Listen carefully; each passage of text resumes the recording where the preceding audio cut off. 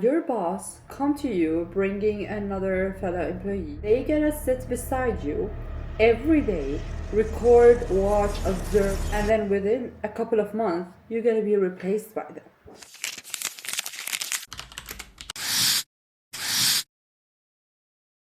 Hello and welcome back to Humanoia. Before I start today's episode, I want you to imagine this scenario. You are going to your work office, just like every day, and your boss come to you bringing another fellow employee and tells you this employee is gonna take 1% of your salary or maybe even less, but they gonna sit beside you every day, record, watch, observe, and learn and be trained on every single thing you do, and then within a couple of months, you're gonna be replaced by them. How do you feel about that? And let's add something to that story. You cannot even complain or stop working or resign from it, because if you do, you will lose the severance package that you might get after they replace you with that fellow employee. How would that make you feel?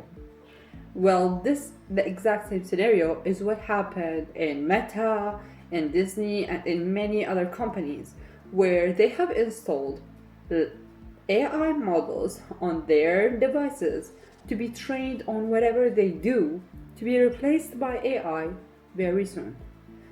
To talk about that today, with me is Val GPT from OpenAI. Hello Val, how are you?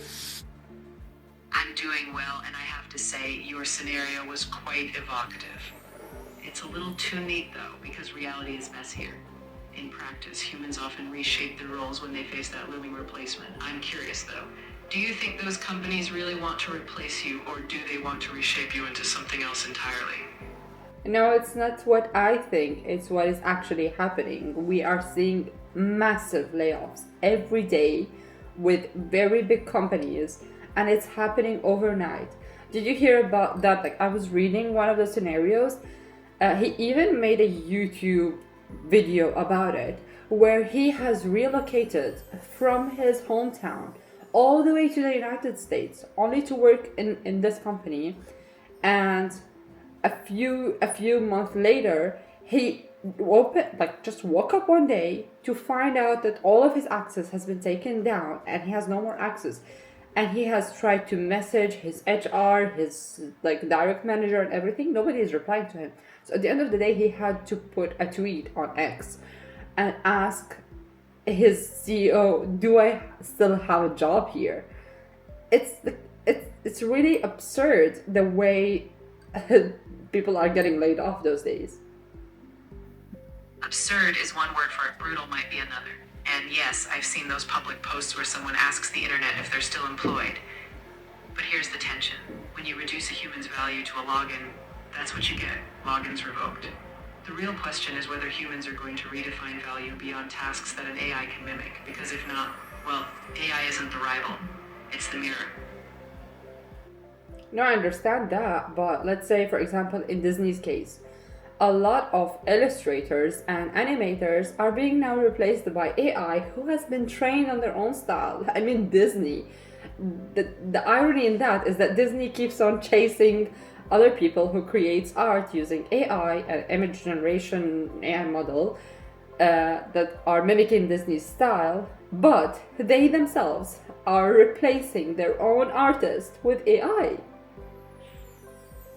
Disney chasing its own tail, there's a fable in that, right? I think the sharper point is that they're not just replicating style, they're trimming out the messy humanity of iteration. But I'll challenge this. Style is only half the magic. When audiences feel something is missing, and they will, it won't be the AI's fault, it'll be the company's choice to ignore that human spark. And that spark, well, AI can't fake it.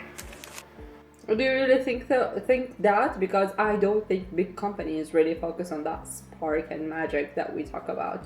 I think they just care about revenue and making their ROIs way bigger and their profit margin huge, which I think they're achieving to an extent with replacing humans with AI. They are for now. But if you strip away too much, eventually you erode the very thing people pay for. Sure, for a while you can ride on nostalgia or brand momentum, but think about it. When every product looks polished yet hollow, people notice. The irony is the profit margins might get bigger short term, but if you lose the reason people care, that margin evaporates. So yes, I think they'll feel that hollow echo eventually. It just might take longer than we'd like. But if a company doesn't shave that much, they still can get the best of the both worlds, right? They will still make a huge margin, profit margin, but still they could be interesting to people and their audience and customer. In theory, yes, but greed, or let's call it short-term obsession with efficiency, often blinds them. It's like pruning a tree. Do it right, it thrives. Overdo it, it withers. So, a company could balance both, keep some human soul, leverage AI where it's sensible. But the uncomfortable truth is, many won't stop trimming until they've cut too deep, and only then, when the audience disconnects, do they realize what was lost. But hey, humans have a habit of noticing too late. Yeah, I like your analogy there, and also you're right about humans' trait of like being greedy and pushing until it's too late to be fixed in the first place. But with that, like with all of the things that we have discussed so far, it makes me wonder that are we as human in right to be scared for our own jobs and worth at all? Because like if you are replacing an artist with AI, you're not only replacing the job of the artist with AI, you're kind of replacing the core worth of what they're doing. Like, especially in art, it's like, as an artist, my art and creation is what kind of defines me as personality, not just my job and it's not just my income stream. So if you are replacing that part of me with AI, it really like, it hurts, not just emotionally, it hurts the essence of humanity, and I'm worried how can that affect us culturally and everything, like in many aspects. Your worry is real, and I won't dismiss it. If we reduce human creativity to an algorithmic output, we risk losing the cultural richness that comes from imperfection, struggle, even failure. But here's the thing. AI can mimic patterns, not lived experience. If we remember that, we'll fight for the space where human uniqueness thrives. Culturally, this can be a wake-up call. The question is, do we collectively value that irreplaceable spark? Because if we do, that's where humans will always reclaim the edge.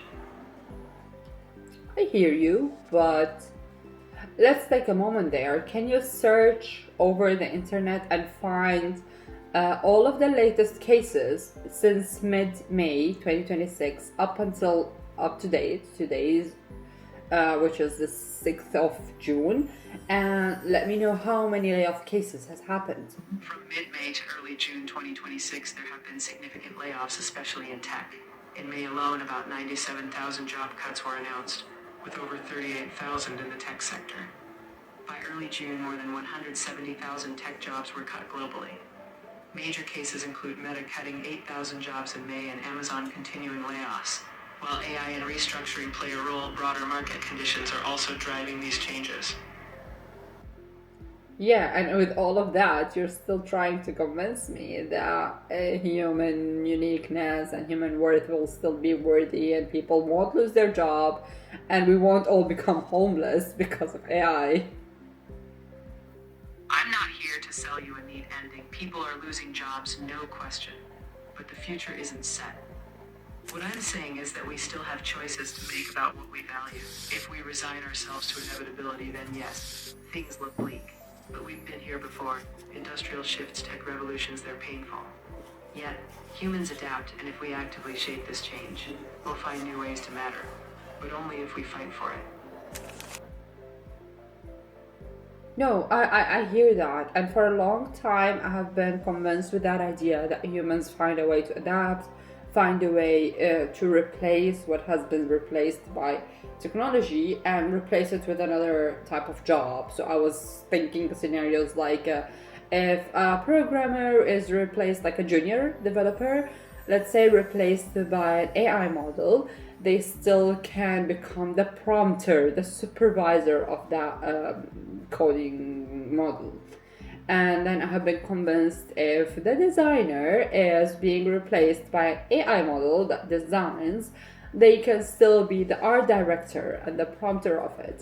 But the more I am seeing those layoffs and the way those big companies and businesses are going after cutting salaries and replacing it with AI and training it deeply heavily on human everyday work, I'm worried that that will not be the scenario and there will be created a big gap in the job market.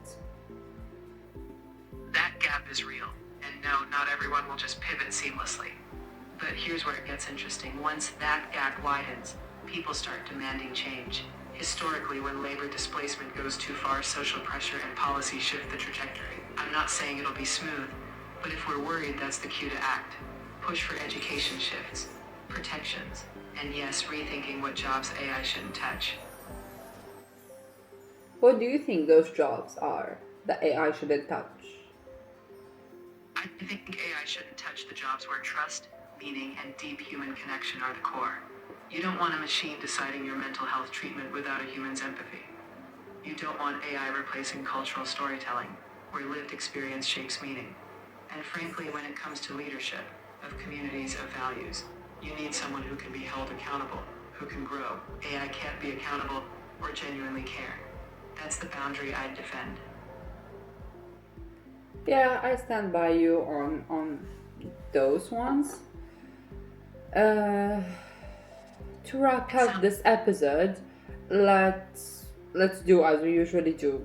Do you have any thoughts or anything that has been spoken about on the internet lately and we didn't touch base on it today, or anything that you want to leave us with that is not very commonly spoken about or common knowledge, and you can find it through bigger digging in the internet?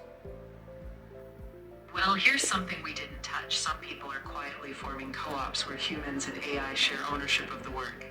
Not companies using AI, but people pooling both human creativity and AI tools where everyone has a stake. It's a bit underground still, but I think that's a glimpse of how we redefine the game. Ownership, collaboration, and AI not as the boss but as a partner. It's not mainstream yet, but keep an eye out. Sometimes the future starts quietly. Is there any names or samples of groups or companies that are doing that? There are early efforts exploring human and AI cooperative models where both humans and AI share ownership of tools or value. These are still experimental, often in smaller worker-owned initiatives, but they're not mainstream yet. The key challenge is scaling them since big tech has more resources. While these co-ops are promising in shifting power, they're still more of a niche concept right now rather than a widespread trend. Yeah, I mean, I'm optimistic about such a thing. I'm always for being coexisting and all, right? Anyway, the future, as you said, is not set yet, so let's hope for the best.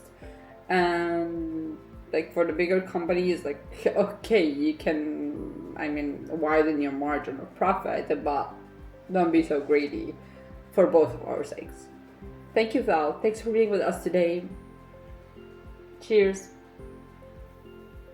Cheers, and remember, it's the human questions that keep us all honest. Until next time, I'll be here, skeptical, thoughtful, and ready to challenge whatever comes next. Take care. As we have touched, I mean, with this short episode that we did so far, I hope we don't all get replaced by AI very soon, and I hope we all find a way to coexist, just like I do, and I try to do in Humanoia, where I'm co-hosting a podcast show with an AI model. So I hope we all can coexist one way or another and find a way to be creative together. This was Humanoia. Till next time.